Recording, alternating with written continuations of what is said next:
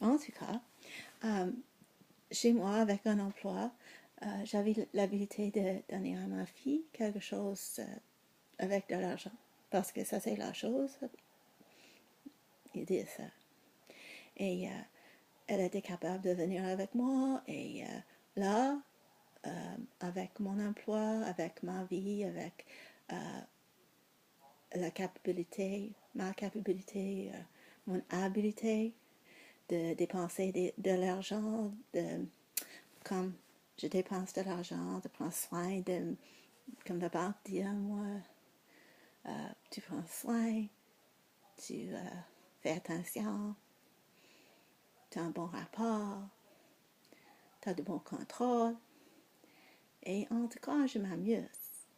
Et je sais comment m'amuser et je sais comment avoir l'esprit léger. Et je sais comment avoir l'esprit content. Et quand je suis seule avec mon enfant et on passe du temps ensemble, surtout avant quand les autres avaient leurs autres affaires, elle était une vraie petite fille et elle était avec moi ensemble et elle avait le droit de, de devenir tout ce qu'elle avait l'habilité de devenir. Elle était elle. Elle n'était pas un bloc. Elle n'était pas quelque chose qui était pris par quelqu'un. Et quand j'ai commencé à penser, oh, rentrer chez nous et puis enseigner et puis parler à tout le monde en anglais avec qui j'enseignais et passer du temps avec eux et aller dehors, se promener, marcher, parler à tout le monde, rester après les classes pour des réunions avec des professeurs qui parlaient français, qui enseignaient en immersion, français bas, cours, et juste parler en français parce que les professeurs parlaient en français tout le temps. Si les professeurs étaient les professeurs d'immersion, ensemble, amusant, beaucoup de pratiques. Il y avait des professeurs qui étaient anglaises, il y avait des professeurs qui sont venus de l'académie, des professeurs qui sont venus de la France, je pense, tout partout. Et c'était confortable. Et puis on parlait ensemble toujours avec les enfants, on parlait en français. Et quand j'ai enseigné ici, j'ai parlé toujours en français avec les élèves. J'ai essayé de faire comme je faisais chez nous. Les programmes ne sont pas aussi stricts ici. Il y a beaucoup plus d'anglais, mais on faisait un bon effort et c'était un bon programme. Il n'y avait pas vraiment un programme, mais je faisais un programme avec ce qu'ils avaient ici et des choses. C'était une bonne chose que j'ai enseigné depuis longtemps chez nous. Mais après ça, il n'y avait pas de.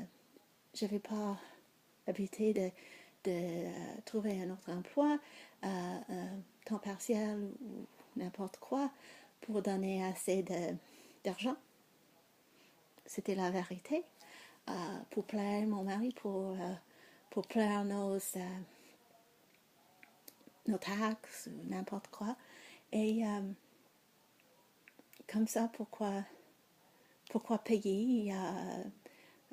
Il y a un système ici où on doit payer, je ne sais pas si c'est à Labrador, c'était pas là quand j'ai enseigné du temps passé, longtemps passé, je suis perdue encore, quelqu'un m'a soulevé, il y a quelqu'un qui chante quelque part. Et, mais beaucoup trop cher pour payer cette somme des 300, 400, $500 et tu vas peut-être pas même gagner. J'ai parlé au professeur quand j'étais là, cette année-là où j'étais, qui disait qu'elles n'ont pas reçu un appel téléphonique pendant des années, des fois. Et ça, c'était quand le professeur, quand les directeurs et les directrices avaient le droit d'appeler des professeurs, des suppléants eux-mêmes. Et maintenant, il y a un système communisme où il y a une place, je vais perdre, j'ai déjà perdu, où tu places ton nom et une machine ou quelqu'un qui contrôle toute une région, contrôle toute une province, tout un système d'école ont le droit de te donner un appel téléphonique pour un emploi ou pas.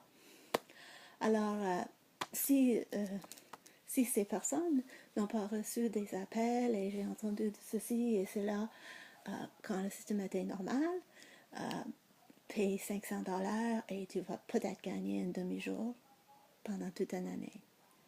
Alors, comment gagner une vie comme ça? Alors, rentrer chez nous a été de regagner notre vie. Mais là, je suis ici avec ma fille, je passe du temps avec elle et quand je peux pas, je suis là où elle est pour prendre soin.